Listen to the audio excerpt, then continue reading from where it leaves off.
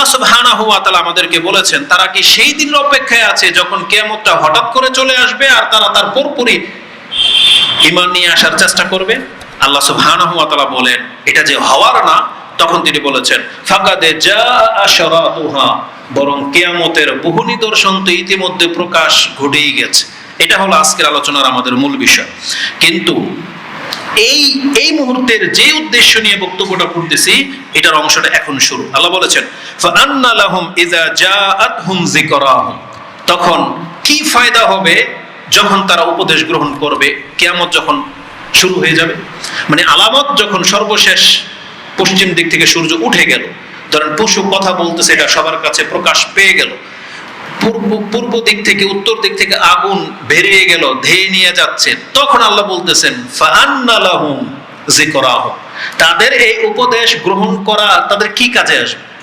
তার মানে আল্লাহ সুবহানাহু ওয়া তাআলা বলতে চাচ্ছেন যেই দিন কিয়ামতের সর্বশেষ ঘন্টাটা বেজে যাবে তখন পৃথিবীর মানুষ আল্লাহর প্রতি ঈমান আনবে এবং ভালো কাজ করতে চাইবে, কিন্তু আল্লাহ বলেছেন তাদের আর কোনো কাজে আসবে না। তাহলে এই যে কথাটা আল্লাহ যে বলেছেন ফাআন্না লাহুম ইযা জাআতহুম যিকরাহুম, কিয়ামতের সেই নিদর্শন চলে আসলে তাদের উপদেশ গ্রহণ করার কি কাজে আসবে।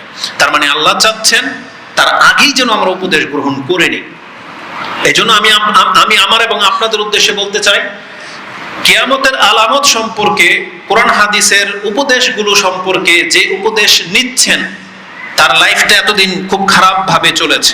সালাত পড়তেন না, হারাম খেতেন, হারাম রিলেশনের সাথে ছিলেন, কিন্তু বক্তব্যের মাধ্যমে, কোরআন হাদিসের মাধ্যমে আপনি নিজেকে পরিবর্তন করে নিলেন, দাঁড়িয়ে রেখে নিলেন, টাকনার উপরে প্যান্ট উঠিয়ে নিলেন। মানে যখন যেটা জানতেছেন মেনে নিচ্ছেন, আপনি জেনে নেন আপনি হলেন সেই ব্যক্তি যার উদ্দেশ্যে আল্লাহ সুবহানাহু ওয়া তাআলা এই কিয়ামতের আলামতগুলো রেখেছেন।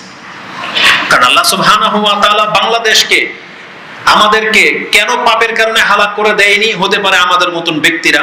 কারণ এই হালাকটা যদি আজ থেকে 40 বছর আগে হয়ে যেত, 20 বছর আগে যদি হয়ে যেত, তাহলে আমি আর আপনি হেদায়েত পেতাম না। কারণ আপনারা হেদায়েত পেয়েছি হয়তো 10-20 বছর হয়েছে মাত্র, আমরা সালাত আদায় করতেছি মাত্র 10 বছর হয়েছে হয়তো। তাহলে 10 বছর আগে যদি আল্লাহ সুবহানাহু ওয়া তাআলা পাপের কারণে বাংলাদেশটাকে হালাক করে দিতেন, তাহলে আমাদের মতন ব্যক্তিরা হয়তো নামাজি হওয়ার চান্স পেতাম না।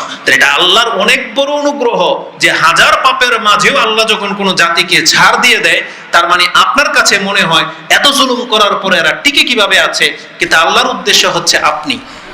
কারণ আল্লাহ যদি এদের কারণে হালাক করে দেয় তখন আযাবটা শুধু তাদের উপরে আসবে না। যদি ভূমিকম্প আসে, ঘূর্ণিঝড় আসে, কোনো শত্রু যদি চেপে যায়, বেছে বেছে কি খারাপদেরকে মারবে? বরং আপনাকে আমাকে মারা হবে। আমি আর আপনি এই বিল্ডিং এর নিচে চাপা পড়ে মরে যাব। তাহলে আজকে এই বিল্ডিং টিকে আছে হয়তো আপনার আমার হেদায়েতের জন্য। ওই পাপের কারণে ধ্বংস হচ্ছে না, এটার মূল কারণ হচ্ছেন আপনি। অতএব যারাই হেদায়েতের পথ গ্রহণ করে নিচ্ছেন, আপনি আল্লাহর শুকরিয়া আদায় করেন যে আল্লাহ আপনাকে হেদায়েত করার জন্যই হয়তো এগুলোর ব্যবস্থা রেখেছেন। তাই আমরা বলি আলহামদুলিল্লাহ।